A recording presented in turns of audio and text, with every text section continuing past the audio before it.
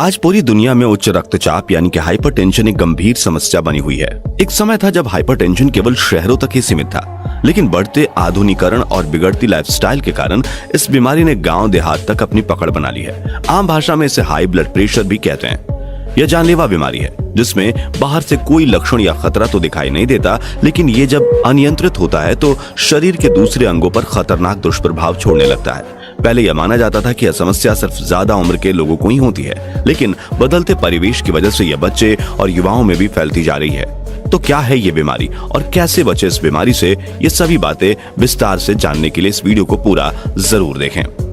दोस्तों, हमारे क्यों बढ़ जाती है बीपी, कौन से लक्षण देंगे हाई बीपी का अलर्ट, बीपी हाई होने से किन बीमारियों का बढ़ेगा खतरा, जानिए। हाई ब्लड प्रेशर के लक्षण बहुत ही अनक्लियर होते हैं और इसी कारण इसे साइलेंट किलर भी कहा जाता है। एक आंकड़े की माने तो दुनिया के करीब 1 अरब लोग इस समस्या के शिकार हैं और अपने देश की बात करें तो यहाँ 10 में से 3 व्यक्ति हाई ब्लड प्रेशर से पीड़ित हैं। दोस्तों, जैसा कि हाई ब्लड प्रेशर को हाइपरटेंशन के नाम से भी जाना जाता है, जब ब्लड वेसल्स यानी कि नसों में ब्लड का प्रेशर बढ़ जाता है तो इसे हाई ब्लड प्रेशर कहते हैं। जब यह प्रेशर कम हो जाता है तो इसे लो ब्लड प्रेशर के रूप में जाना जाता है।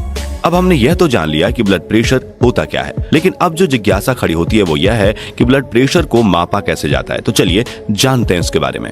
ब्लड प्रेशर की हर रीडिंग को 2 नंबरों के जरिए मापा जाता है। पहला होता है सिस्टोलिक ब्लड प्रेशर और दूसरा होता है diastolic blood pressure.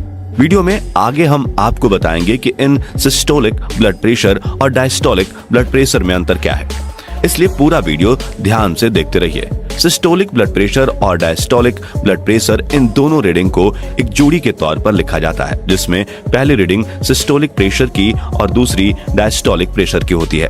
Blood pressure को मरकरी के mmHg के इकाइयों में मापा जाता है। नॉर्मल ब्लड प्रेशर आमतौर पर 120/80 mmHg से कम होता है।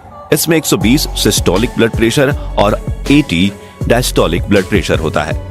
अगर आपका ब्लड प्रेशर 90/60 या इससे कम है तो हो सकता है कि आपका ब्लड प्रेशर लो हो। अगर आपकी रीडिंग 90/60 से ज्यादा और 120/80 से कम है तो आपका ब्लड प्रेशर नॉर्मल है।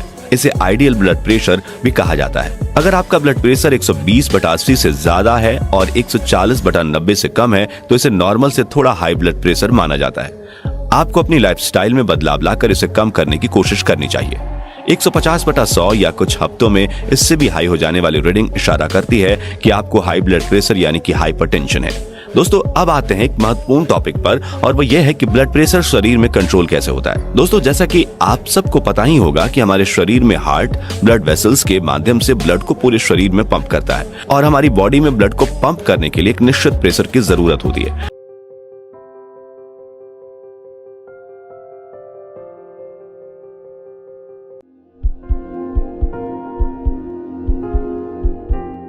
जब किसी कारण यह प्रेशर सामान्य से अधिक बढ़ जाता है तो ब्लड वेसल्स पर अधिक दबाव पड़ता है और हाई ब्लड प्रेशर का निर्माण होता है। वेसल्स पर बढ़ते प्रेशर के कारण हृदय को ज्यादा काम करना पड़ता है। यह स्थिति बाद में हार्ट फेल या दिल के दौरे का कारण भी बन सकती है।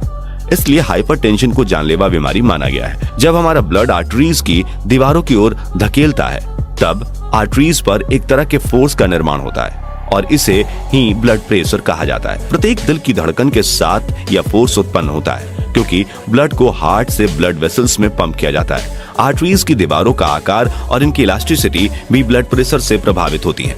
हर बार जब दिल धड़कता है, सिकुड़ता है और शिथिलन करता है, आर्टरीज के अंदर दबाव बनता है। जब हार्ट से ब्लड को आर्टरीज में पंप किया जाता है तो दबाव सबसे अधिक होता है। जब दिल धड़कनों के बीच आराम करता है, यानी कि जब हार्ट से ब्लड नहीं निकल रहा होता है, ऐसे समय में आर्टरीज पर सबसे कम दबाव पड़ता है।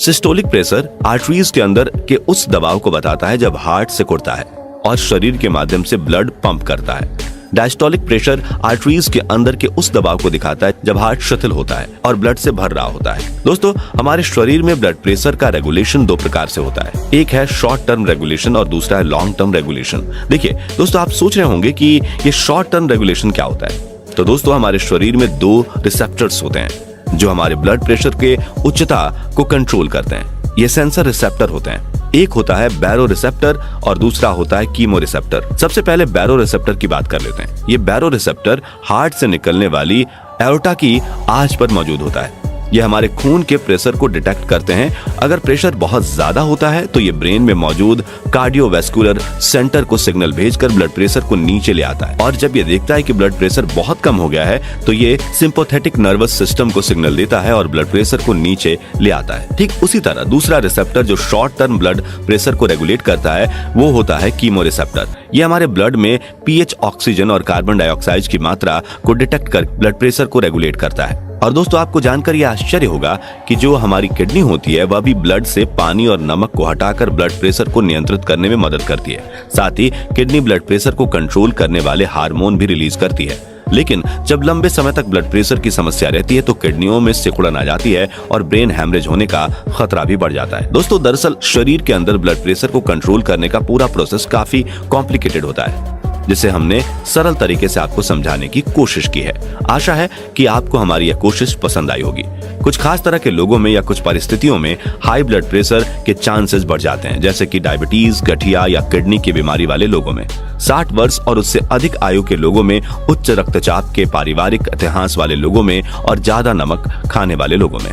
तो फ्रेंड्स, आज की वीडियो के लिए बस इतना ही। अगर आपको ये वीडियो पसंद आया हो तो इसे लाइक, शेयर करें। ऐसे इंपॉर्टेंट और नॉलेज वाले वीडियोस के लिए इस चैनल को सब्सक्राइब और फेसबुक पेज को फॉलो जरूर करें। Thanks for watching.